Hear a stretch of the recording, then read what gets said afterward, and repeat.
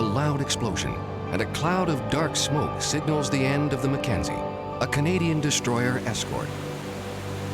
The retired 366-foot ship ended a 34-year naval career in just under 4 minutes, slipping quietly below the surface.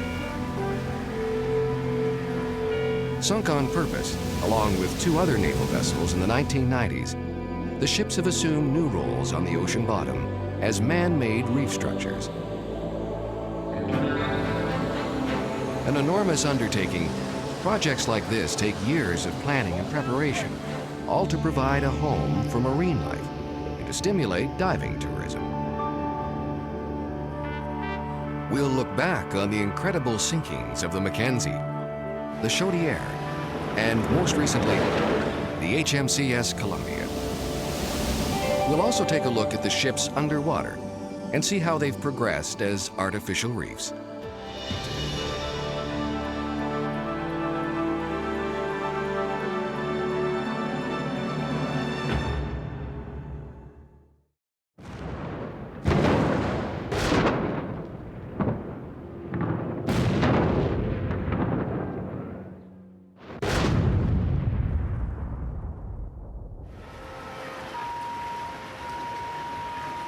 In December of 1992, September 1995, and June 1996, 3 remarkable events took place in the sheltered waters of Canada's Pacific coast. 3 decommissioned anti-submarine destroyer escorts were sunk on purpose as part of one of the world's largest artificial reef projects. The ships were part of Canada's Navy, from the beginnings of the Cold War right through to the Gulf War in the Middle East. In later years, the escorts were used as officer training vessels. They were commissioned in the late 50s and early 60s. Not a single shot was fired in anger by any of the ships, a testament to over 4 decades of successful Canadian peacekeeping. After almost 40 years of active duty, the warships were no longer viable as naval vessels. This created a problem. What do you do with such large ships? With their productive years long behind them, they would have normally been sold to private buyers as scrap metal. But a more interesting fate awaited the old vessels. Rather than being cut up, as they say, to make razor blades, the government was persuaded to sell the ships to the Artificial Reef Society of British Columbia. The only alternative for these ships was to go to the scrapyards of the Orient. That does nothing for anybody. When you sink these ships, you give them a whole new life underwater, and I feel kind of guilty about taking a beautiful ship and sinking it. The biggest objection that people have to scrapping old ships is they end up as razor blades. They lose entirely whatever personality they ever had.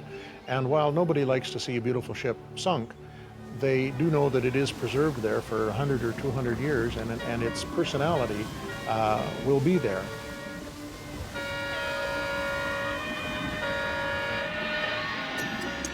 As artificial reefs, the ships attract marine life where there was previously a barren or sandy bottom. A solid metal hull acts like a naturally occurring reef structure.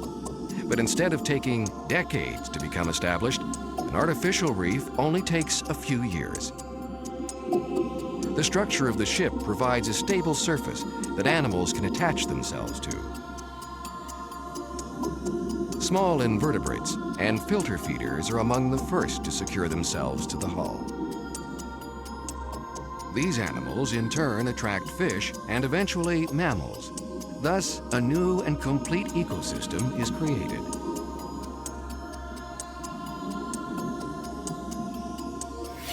In August of 1991, a pilot project was undertaken by the Reef Society. The GB Church, a World War II-era freighter, was acquired and sunk off southern Vancouver Island. With incredible speed, marine animals colonized the ship in a thick blanket of encrusting life. It was immediately a public relations and diver success. And the following month, the government agreed to sell the HMCS Shodiier, the first of the large naval ships.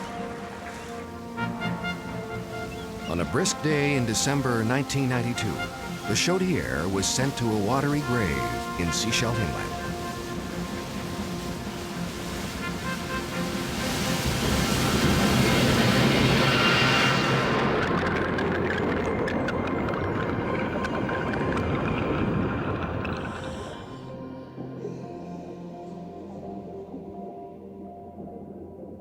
The Shodiier was a learning experience for the Reef Society.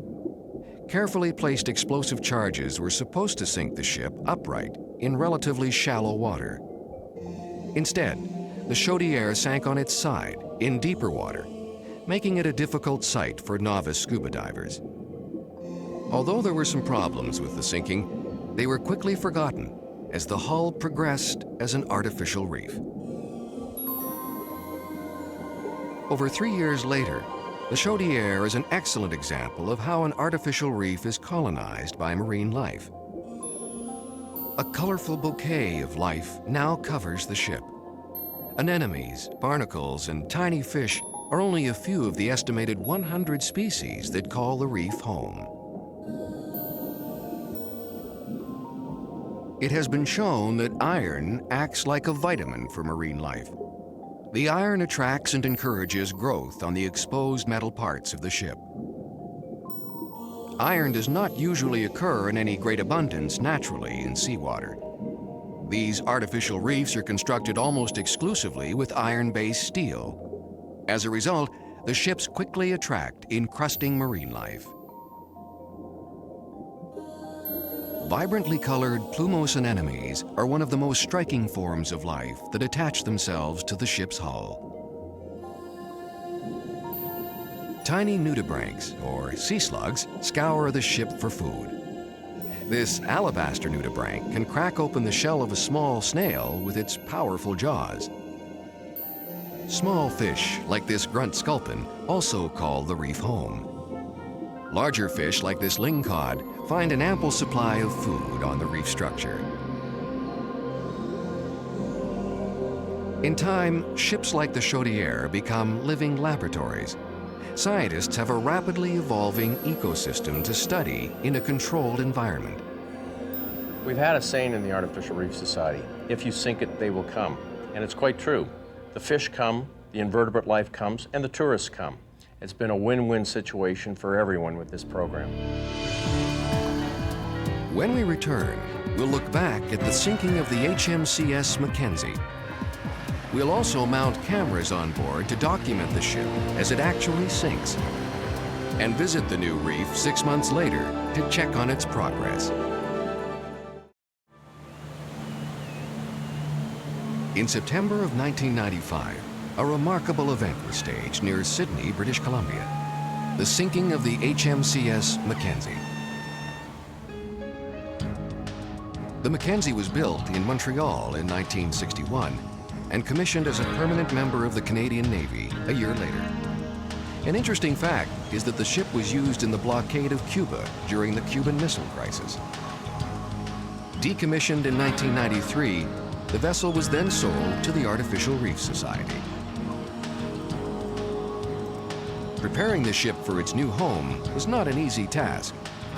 Reef Society members worked for 6 months, salvaging parts and cutting access holes for divers.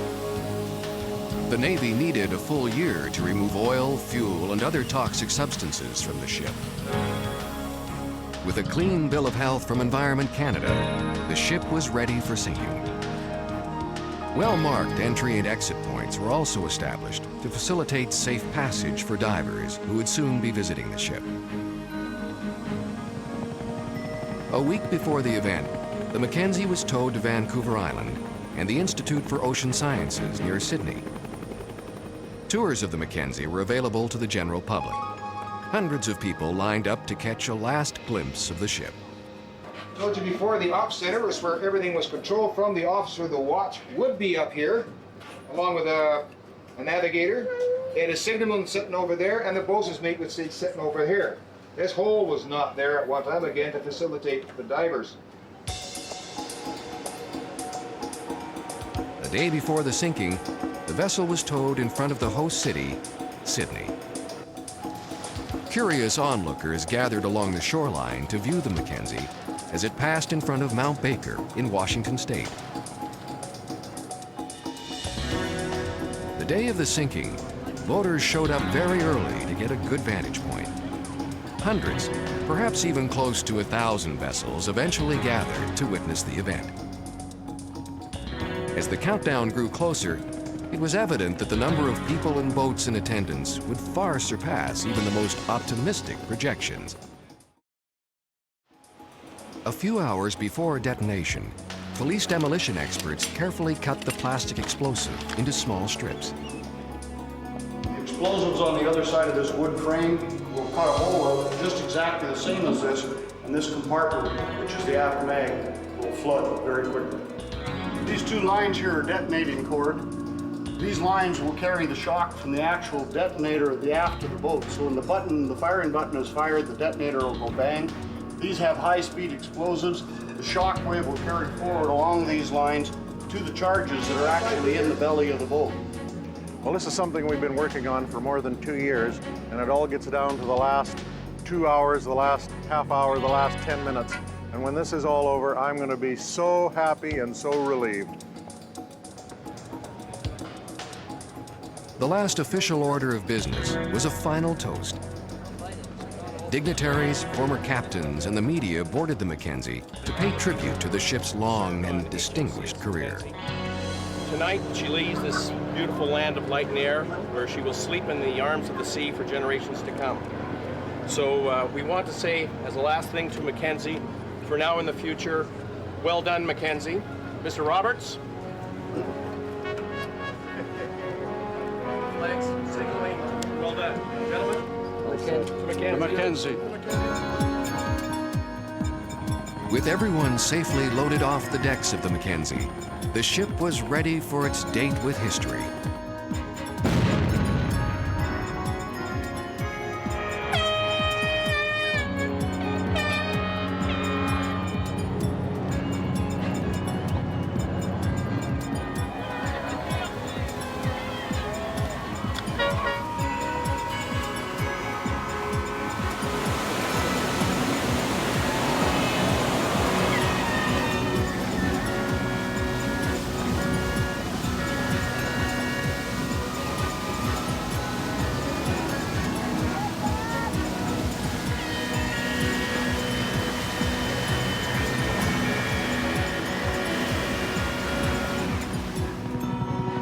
Everything went basically according to plan. When the explosions went off, we got the water flooding into the ship very low down. That allowed the ship to drive forward in the water and settle basically on her keel. The day after the sinking, a few lucky divers and volunteers were allowed to visit the new artificial reef. With only a slight list to port, the ship landed almost upright. Important lessons had been learned with the Shodiier sinking, and improved explosive charges were much more effective this time. The radar tower lies only 20 to 30 feet below the surface, with the decks and interior of the ship safely within comfortable diving limits. 6 months after the sinking, this is what the radar tower now looks like. Fast-growing bull kelp attached to the tower rises sharply to the surface. 2 colorful nudibranchs anchor themselves to the tower's grid.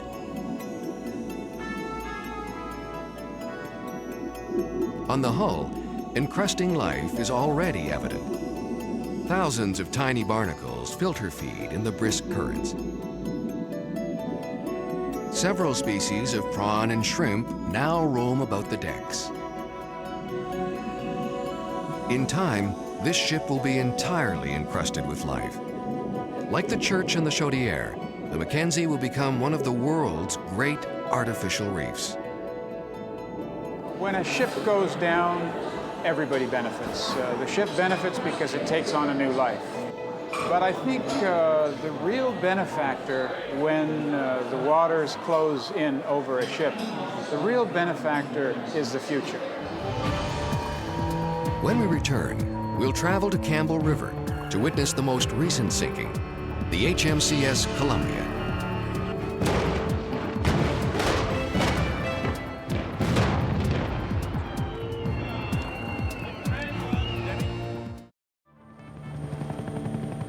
most recent addition to the fleet of artificial reefs in Canada is the HMCS Colombia. Similar to the McKenzie and Shodiier, the Colombia is also a 366-foot destroyer escort. The site chosen for the Colombia is Campbell River, a small community on central Vancouver Island. Here, work crews readied the ship for its new home.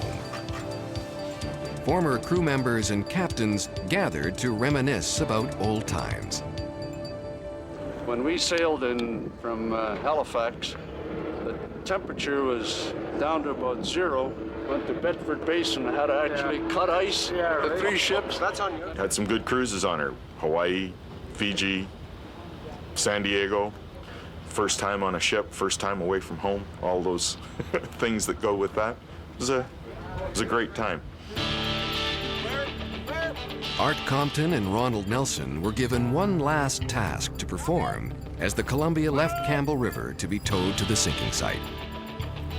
2 large tugs were needed to safely pull the heavy ship. A sheltered bay a few miles north of the city proved to be the best location for the ship. The strong currents of the region flow past the bay, leaving the Columbia relatively untouched. 2 unique memorials were placed inside the Columbia. One was for an enthusiastic supporter of the Artificial Reef Society who recently passed away.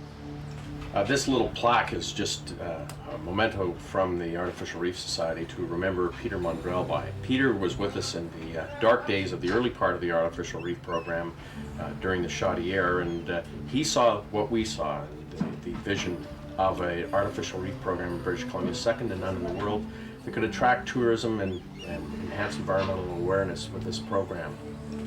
The family of Petty Officer Walks approached the Artificial Reef Society about having his ashes interned on board the ship.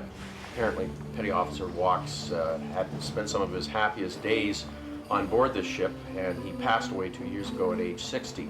The family came on last week, and we interned his ashes here in the galley area, and we've sealed the area, and we have this memorial plaque to Petty Officer Walks so he can spend eternity on a place he truly loved.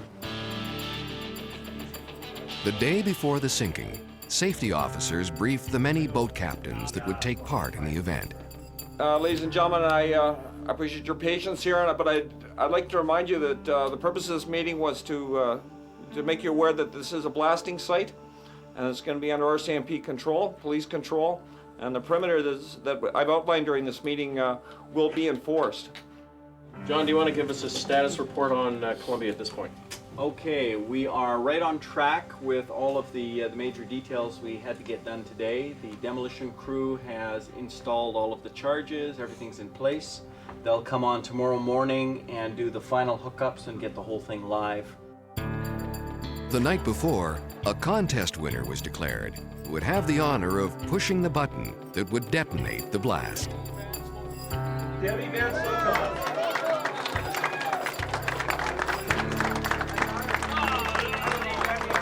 The day of the sinking, last-minute preparations are made. Yeah, we're just putting together the blast curtains for the concussion charges on the side of the hull, the cutting charges.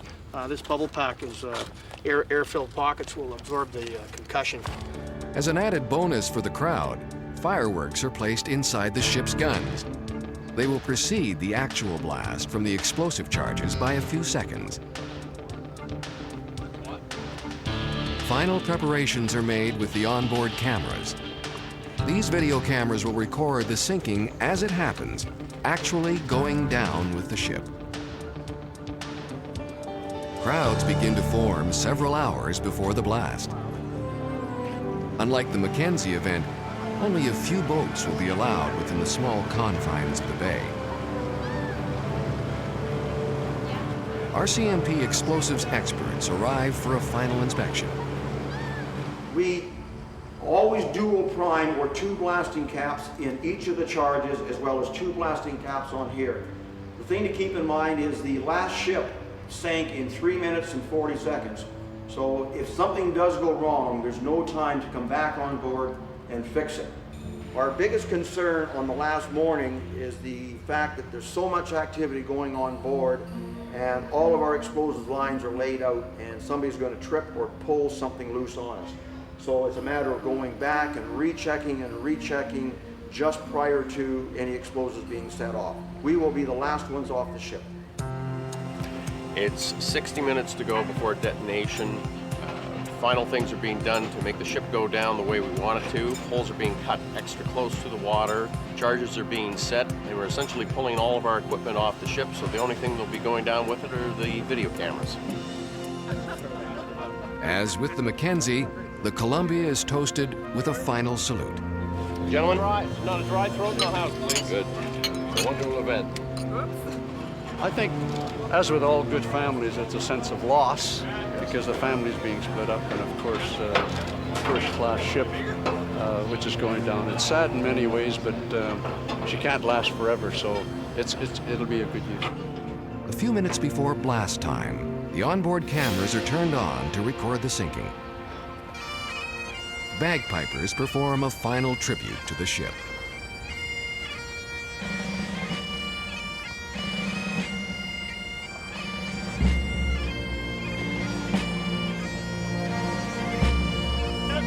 Okay, 30 seconds. Repeat, 30 seconds to go. 8, 7, 6, 5, 4, 3, 2, 1. Let it rip.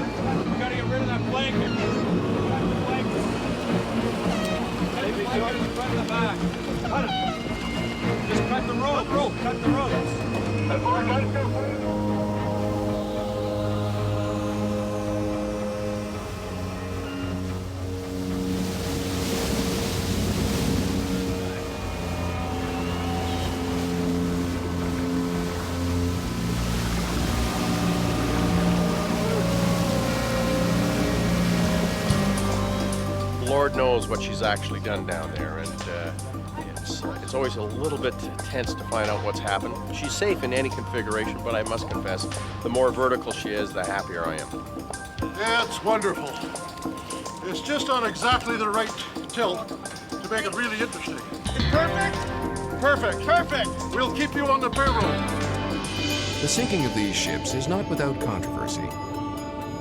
Some groups fear environmental problems, but with strict government standards for cleanups and many proven benefits to marine life, artificial reef programs appear to be successful. The Artificial Reef Society of British Columbia has 2 more naval ships to sink in the next few years. They will undoubtedly not be the last.